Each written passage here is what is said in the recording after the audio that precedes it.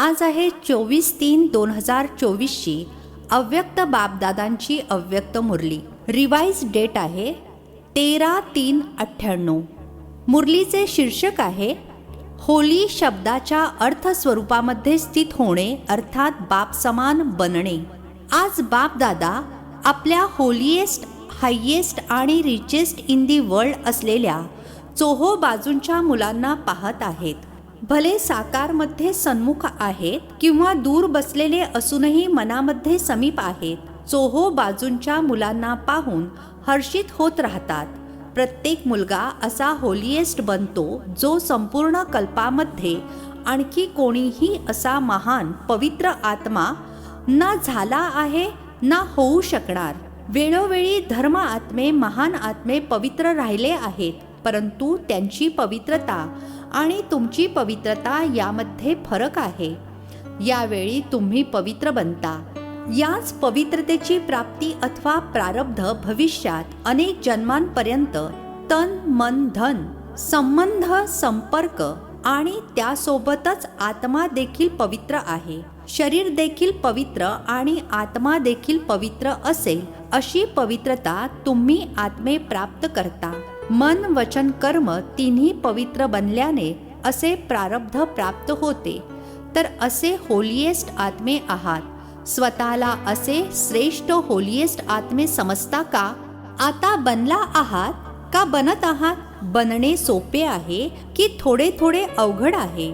परंतु कल्पापूर्वी देखील बनले होता आणि आता देखील बनायचेच आहे.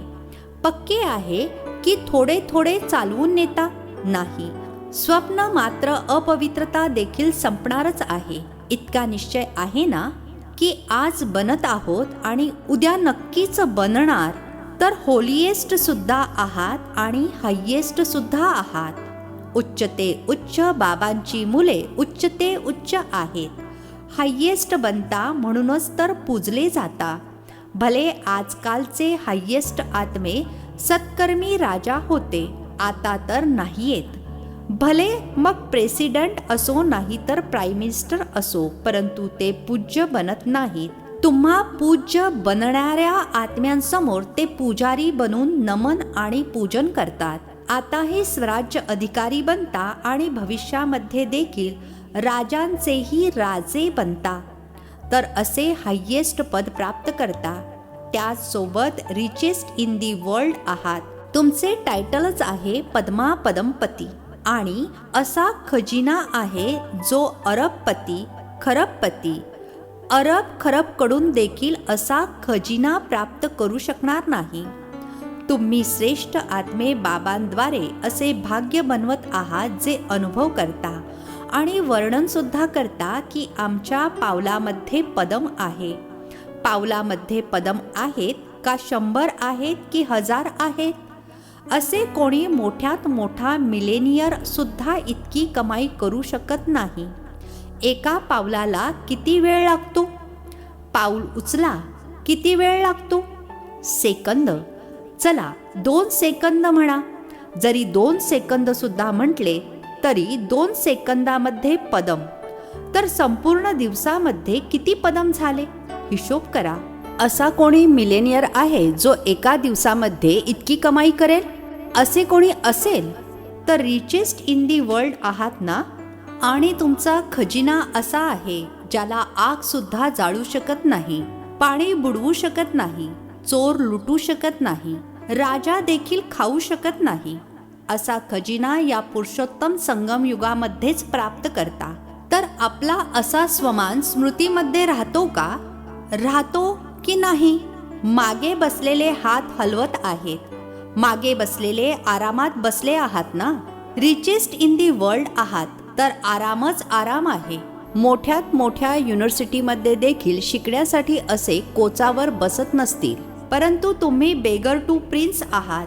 बेगर देखील आहात आणि प्रिन्स देखील आहात. सर्वंश त्याग अर्थात बेगर, सर्व प्रकारची प्राप्ती अर्थात प्रिन्स. त्यागाशिवाय इतके मोठे भाग्य मिळू शकत नाही. त्यागाचेच भाग्य मिळाले आहे. तन मन धन संबंध सर्वांचा त्याग केला अर्थात परिवर्तन केले. तन माझे ऐवजी तुझे केले. मन धन संबंध एका शब्दाचे परिवर्तन केल्याने माझ्याऐवजी तुझे झाले आहे. एका शब्दाचे परिवर्तन, परंतु याच त्यागाने भाग्याचे अधिकारी बनलात. तर भाग्यासमोर हा त्याग तो काय आहे?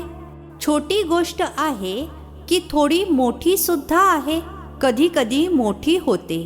तुझे म्हणणे अर्थात मोठ्या गोष्टीला छोटे करणे आणि माझे म्हणणे अर्थात छोट्या गोष्टीला मोठे करणे. काहीही हो, 100 हिमालयांपेक्षा मोठी समस्या येऊ देत, परंतु तुझे म्हणणे आणि पहाडाला कापसा समान बनविणे. मोहरी सुद्धा नाही, कापूस, जो कापूस सेकंदामध्ये उडून जाईल. तुझे केवळ म्हणायचेच नाहीये तर मानायचे. फक्त मानायचेच नाहीये तर त्याप्रमाणे चालायचे आहे. एका शब्दाचे परिवर्तन एकदम सोपे आहे ना, आणि फायदाच आहे, नुकसान तर काहीच नाही. तुझे म्हटल्याने संपूर्ण ओझे बाबांना दिले. तुझे तुलाच माहिती, तुम्ही फक्त निमित्त मात्र आहात. यामध्ये फायदा आहे ना. न्यारे आणि परमात्म्याचे प्रिय बनलात. जे परमात्म्याचे प्रिय बनतात ते विश्वाचे प्रिय बनतात. फक्त भविष्याची प्राप्ती नाहीये, वर्तमानमध्ये देखील प्राप्ती आहे. एका सेकंदामध्ये अनुभव देखील केला आहे आणि करून पहा. कोणतीही समस्या आली, तुझे म्हणा, माना आणि तुझे समजून करा, तर बघा ओझे हलके होते की नाही होत. अनुभव आहे ना, सर्व अनुभवी बसले आहात ना. परंतु होते काय? माझे माझे म्हणण्याची खूप सवय आहे ना. 63 जन्मांची सवय आहे. तर तुझे तुझे म्हणता, मग पुन्हा माझे म्हणता, आणि माझे म्हटले अर्थात संपले. मग ती गोष्ट तर एका तासामध्ये, 2 तासामध्ये, एका दिवसामध्ये संपून जाते. परंतु जे तुझेला माझे केले त्याचा परिणाम बराच काळ चालतो. गोष्ट अर्ध्या तासाची असेल, परंतु मग पश्चातापाच्या रूपामध्ये असो किंवा परिवर्तन करण्याच्या हेतूने असो, ती गोष्ट वारंवार स्मृतीमध्ये येत राहते. म्हणून बाबा सर्व मुलांना सांगत आहेत, जर माझा शब्द यावर प्रेम आहे, सवय आहे, संस्कार आहे, म्हणायचेच आहे, तर माझे बाबा म्हणा. सवयीचे गुलाम असतात ना. तर जेव्हा पण माझे माझे येईल तेव्हा माझे बाबा म्हणून समाप्त करा. अनेक प्रकारच्या माझेला एका माझे बाबामध्ये सामावून टाका. रशियावाले एक डॉल घेऊन येतात ना, तर त्या एका डॉलच्या आतमध्ये दुसरी डॉल असते, मिळून एक डॉल होते. तसे तुम्ही देखील एक माझे बाबामध्ये अनेक प्रकारचे माझे सामावून टाका. बस, संपले. एवढे करू शकता ना, करता. परंतु कधी कधी माझेच्या विस्तारामध्ये जाता. आता कधी कधी आहे, नेहमीच माझे तुझे व्हावे यामध्ये नंबरवार आहेत, नंबर 1 सुद्धा आहेत, A1 सुद्धा आहेत, परंतु तरीही मागचे नंबर सुद्धा आहेत. तर होळी साजरी करण्यासाठी आला आहात ना, तर हाच मंत्र लक्षात ठेवा. मी बाबांची झाले, बनले, परमात्मा परिवाराची झाले अर्थात बनले. तर अशी होळी साजरी केलीत का? आता काय करायचे आहे? आता जाळायचे आहे की जाळले आहे? यामध्ये हो म्हणत नाही आहेत. पहा, भक्ती मार्गामध्ये जे काही उत्सव साजरे करतात, यादगार अर्थात स्मृती दिवस आहेत, परंतु ते काही न काही अर्थाने बनलेले आहेत. पहिले जाळायचे आहे आणि मग साजरे करायचे आहे. अगोदर साजरे करायचे आणि नंतर जाळायचे असे नाही. अगोदर भस्म करा, अशुद्धीला, कमजोरीला, वाईटाला जाळून टाका आणि नंतर साजरे करा. मग तुम्ही तर खूप पूर्वी जाळले आहे ना, का अजूनही थोडासा ओढणीचा कोपरा राहिला आहे? पांडव जो बुशर्ट किंवा ड्रेस घालतात त्याचा कोणता कोपरा राहिलेला आहे का? साडीचा कोपरा तर राहिलेला नाही आहे ना. वास्तविक पहा, आत्मिक दृष्ट्या साजरे करणे आणि तसे साजरे केल्याने शक्ती, अतींद्रिय सुखाचा अनुभव करणे हे तेव्हाच करू शकता जर अगोदर जाळले असेल. मनोरंजनाच्या रूपामध्ये साजरे करणे ही वेगळी गोष्ट आहे. हे तर संगमयुग आहे, मौज मजेचे युग. त्यामुळे मनोरंजनाच्या दृष्टीने देखील साजरे करता आणि करा देखील, भरपूर साजरे करा. परंतु परमात्मा रंगामध्ये रंगून जाणे अर्थात बाप समान बनणे हे आहे रंगामध्ये रंगून जाणे. जसे बाबा अशरीरी आहेत, अव्यक्त आहेत, तसे अशरीरीपणाचा अनुभव करणे किंवा अव्यक्त फरिश्तेपणाचा अनुभव करणे हे आहे रंगामध्ये रंगून जाणे. कर्म करा परंतु अव्यक्त फरिश्ता बनून काम करा. अशरीरीपणाच्या स्थितीचा जेव्हा हवा तेव्हा अनुभव करा. असे मन आणि बुद्धी तुमच्या कंट्रोलमध्ये असावे. ऑर्डर करा, अशरीरी बना. ऑर्डर केले आणि झाले. फरिश्ते बना. जसे मनाला जिथे ज्या स्थितीमध्ये स्थित करू इच्छिता तिथे सेकंदामध्ये स्थित व्हा. असे नाही जास्त वेळ लागला, 5 सेकंद लागले, 2 सेकंद लागले. ऑर्डरप्रमाणे तर झाले नाही. कंट्रोलमध्ये काही राहिले नाही. कशीही परिस्थिती असेल, गडबड गोंधळ असेल, परंतु गडबड गोंधळामध्ये अचल होऊन राहा. अशी कंट्रोलिंग पॉवर आहे की फक्त असा विचार करत बसता की मला अशरीरी व्हायचे, अशरीरी व्हायचे आणि यामध्येच वेळ निघून जातोय. बरीच मुले बऱ्याच वेगवेगळ्या पोज बदलत राहतात. बाबा पण बघत राहतात की मुले विचार करतात, अशरीरी बनावे आणि मग विचार करतात. अशरीरी म्हणजे आत्मा रूपामध्ये स्थित होणे. हां, मी आहे तर आत्मा, शरीर तर नाहीच, आत्माच आहे. मी आले तेव्हा आत्माच होते, बनायचे देखील आत्माच आहे. आता या विचारामध्ये अशरीरी झालात का अशरीरी बनण्याचे युद्ध केलेत? तुम्ही मनाला ऑर्डर दिली, सेकंदामध्ये अशरीरी हो, हे तर नाही सांगितले की विचार करा अशरीरी काय आहे, कधी बनणार, कसे बनणार. ऑर्डर तर मानली नाहीत ना, कंट्रोलिंग पॉवर तर झाली नाही ना. आता वेळेप्रमाणे याच प्रॅक्टिसची आवश्यकता आहे. जर कंट्रोलिंग पॉवरच नसेल तर अनेक परिस्थिती हलचलमध्ये आणू शकतात. म्हणून एक होली शब्दच लक्षात ठेवा तरी देखील खूप आहे. होली अर्थात जे झाले ते झाले आणि होली अर्थात बाबांची बनले. आणखीन काय बनलात? होली अर्थात पवित्र आत्मा बनलात. एक होली शब्द लक्षात ठेवा आणि एका होली शब्दाचे 3 अर्थ यूज करा. वर्णन करू नका. हां, होली म्हणजे झाले ते झाले. हां, झाले ते झाले असा विचार करत राहाल आणि वर्णनही करत राहाल असे नको. अर्थ स्वरूपामध्ये स्थित व्हा. विचार केला आणि झाले असेही नाही की विचार केला आणि विचारातच गर्क होऊन राहाल. नाही, जो विचार केला ते झालात, बनलात, स्थित झालात. बाप दादांनी ड्रिल करून घेतली. आता समयानुसार तुम्ही प्रत्येकजण निमित्त बनलेल्या सदैव आठवणीमध्ये आणि सेवेमध्ये राहणाऱ्या आत्म्यांना स्वपरिवर्तनाद्वारे विश्व परिवर्तनाचे व्हायब्रेशन पॉवरफुल आणि तीव्र गतीने वाढवायचे आहे. चोहो बाजूंना मानसिक दुःख आणि अशांती, मानसिक त्रास खूप तीव्र गतीने वाढत आहेत. बापदादांना विश्वातील आत्म्यांची दया येते, तर जितके तीव्र गतीने दुःखाचे वातावरण वाढत आहे तितकीच तुम्ही सुखदात्याची मुले आपल्या मनसा शक्तीद्वारे, मनसा सेवा आणि सकाशच्या सेवेद्वारे, वृत्तीद्वारे चोहो बाजूंना सुखाच्या ओंजळीचा अनुभव करवून द्या. बाबांना तर बोलावतातच, परंतु तुम्हा पूज्य देव आत्म्यांना देखील कोणत्या न कोणत्या रूपाने हाक मारत असतात. तर हे देव आत्म्यांनो, पूज्य आत्म्यांनो, आपल्या भक्त आत्म्यांना सकाश द्या.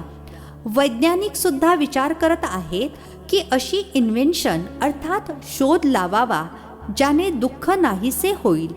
साधन सुखासोबत दुःख सुद्धा देते, परंतु दुःख न होता फक्त सुखाची प्राप्ती व्हावी यासाठी विचार जरूर करतात. परंतु जर स्वतःच्याच आत्म्याला अविनाशी सुखाचा अनुभव नसेल तर दुसऱ्यांना कसे देऊ शकतील? परंतु तुम्हा सर्वांजवळ सुखाचा, शांतीचा, निस्वार्थ खऱ्या प्रेमाचा स्टॉक जमा आहे. जमा आहे का जितका गोळा करता तितका खर्च होऊन जातो? हे देखील चेक करा. जमा तर होतो, परंतु जमेसोबतच खर्च सुद्धा तर होत नाही ना. ज्ञानाचे खजिने तर खर्च केल्याने वाढतात, कमी होत नाहीत. जर वारंवार आपलाच स्वभाव, संस्कार किंवा मायेकडून आलेल्या समस्यांमध्ये आपल्या शक्ती यूज करत असाल तर जमेचे खाते कमी होते. तर चेक करा. जमा केले परंतु खर्च सुद्धा केले, बाकी शिल्लक किती राहिले? कमावले आणि खाल्ले असे तर नाही ना. 2 दिवस कमावले आणि 1 दिवस तितकेच गमावले. जे जमा केले होते ते देखील खर्च करावे लागले. असे अकाउंट तर नाहीये ना. असेच कमावले आणि खाल्ले किंवा स्वतःसाठीच वापरून संपून टाकले तर 21 जन्मांसाठी काय जमा केलेत? जमा केलेल्याचा तर आनंद होतो, परंतु खर्चाचा हिशोब ठेवला नाही तर ऐन वेळेला फसवणूक होईल. जमेचे खाते देखील पहा, परंतु त्याच सोबत स्वयंप्रती खर्च किती केले? दुसऱ्याला कोणता गुण दिला, शक्ती दिली, ज्ञानाचा खजिना दिला, हा खर्च नाही आहे. ते जमेच्या खात्यामध्ये जमा होते, परंतु स्वयंप्रती वेळोवेळी खर्च केला तर खाते रिकामे होते. त्यामुळे व्यवस्थित विशाल बुद्धीने चेकिंग करा. जमेचे खाते खूप मोठे आणि भरपूर पाहिजे. आहे सोपे. जर प्रत्येक पावलामध्ये पदम जमा करत जाल तर जमेचे खाते खूप वाढत जाईल. तर चेक करा की प्रत्येक कर्म आणि पाऊल ब्रह्मा बाप समान आहे. अनुभवी आहात. जेव्हा कोणते चांगले कर्म करता तर कर्माचे फळ त्याच वेळी प्रत्यक्ष रूपामध्ये आनंद, शक्ती आणि सफलतेच्या कारणाने डबल लाईट राहता. कारण आठवणीत राहते बाबांसोबत कर्म केले. आणि जर आता कोणतेही विकर्म होते तर त्याचा पश्चाताप खूप जास्त आहे. तसे तर आता कोणते विकर्म होता कामा नये. ती वेळ तर आता निघून गेली आहे. परंतु आता कोणते व्यर्थ संकल्प किंवा व्यर्थ कर्म, व्यर्थ बोल, व्यर्थ संबंध संपर्क देखील नसावा. कारण व्यर्थ संबंध संपर्क देखील खूप फसवणूक करतात. जसा संग तसा रंग लागतो. बरीच मुले खूप चतुर आहेत. म्हणतात आम्ही तर संग करत नाही, परंतु ते मला सोडत नाहीत. मी करत नाही, तेच मला सोडत नाहीत. तर काय बाजूला होता येत नाही काय? जर कोणी खराब वस्तू दिली तर तुम्ही घेता का? घेणाऱ्याने घेतले नाही तर देणारा काय करणार? त्यामुळे व्यर्थ संबंध आणि संपर्क देखील आपलेच खाते रिकामे करतो. आणि त्याच वेळी आतून मनामध्ये येते देखील, मन खाते, हे करता कामा नये. करायचे नसते तरी देखील करता. मी ऐकायला नको होते, परंतु त्याने ऐकवले, त्याला मी काय करू? परंतु जर पुरुषार्थी आहात तर व्यर्थ कर्म सुद्धा नसावे. निष्काळजी असाल तर गोष्टच सोडा. मग तर आरामात झोपी जा, त्रेतामध्ये या. परंतु जर पुरुषार्थ आहे तर त्याच वेळी मनात येते, मन खाते की हे करता कामा नये आणि तरी देखील करतात. तर बापदादा तर म्हणणार की अशा मुलांची देखील कमाल आहे. इच्छा नसताना देखील करत राहतात. मन खात असते आणि ऐकत सुद्धा असतात, करत सुद्धा असतात. तर खूप पॉवरफुल आत्मे आहेत. म्हणूनच व्यर्थच्या बाबतीत देखील अटेन्शन देऊन चेकिंग करा. अच्छा, चोहो बाजूंच्या होलिएस्ट आत्म्यांना, सदैव हायेस्ट स्थितीमध्ये स्थित राहणाऱ्या हायेस्ट आत्म्यांना, सदैव सर्व खजिन्यांनी संपन्न रिचेस्ट आत्म्यांना, सदैव प्रत्येक पावलामध्ये पद्म जमा करणाऱ्या, बाप समान बनणाऱ्या श्रेष्ठ आत्म्यांना, सदैव रेहमदिल क्षमेच्या सागराची मुले, मास्टर क्षमा करणाऱ्या आत्म्यांना, विश्वाच्या दुःखी आत्म्यांना सकाशद्वारे सुख शांतीची ओंजळी देणाऱ्या आत्म्यांना, प्रत्येक वेळी आपल्या जमेच्या खात्याने भरपूर राहणाऱ्या अति तीव्र पुरुषार्थी आत्म्यांना बापदादांची प्रेमपूर्वक आठवण आणि नमस्ते. आम्हा आत्मिक मुलांचा आत्मिक पित्याला नमस्ते. आजचे वरदान आहे, होली शब्दाच्या अर्थाला जीवनामध्ये आणून पुरुषार्थाच्या स्पीडला वाढविणारे तीव्र पुरुषार्थी भव. होली शब्दाच्या अर्थाला जीवनामध्ये आणून पुरुषार्थाच्या स्पीडला वाढविणारे तीव्र पुरुषार्थी भव.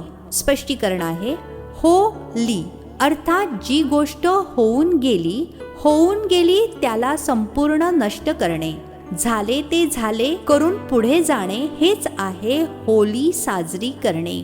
होऊन गेलेली गोष्ट अशी वाटावी जशी खूप जुन्या कोणत्या तरी जन्मातील गोष्ट आहे.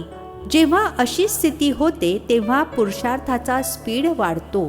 तर आपल्या किंवा दुसऱ्यांच्या होऊन गेलेल्या गोष्टींना कधीही चिंतनामध्ये आणू नका, चित्तावर ठेवू नका आणि वर्णन तर कधीच करू नका. तेव्हाच तीव्र पुरुषार्थी बनू शकाल. स्लोगन आहे, माझेपणाच्या अनेक नात्यांना समाप्त करणे म्हणजे फरिश्ता बनणे आहे.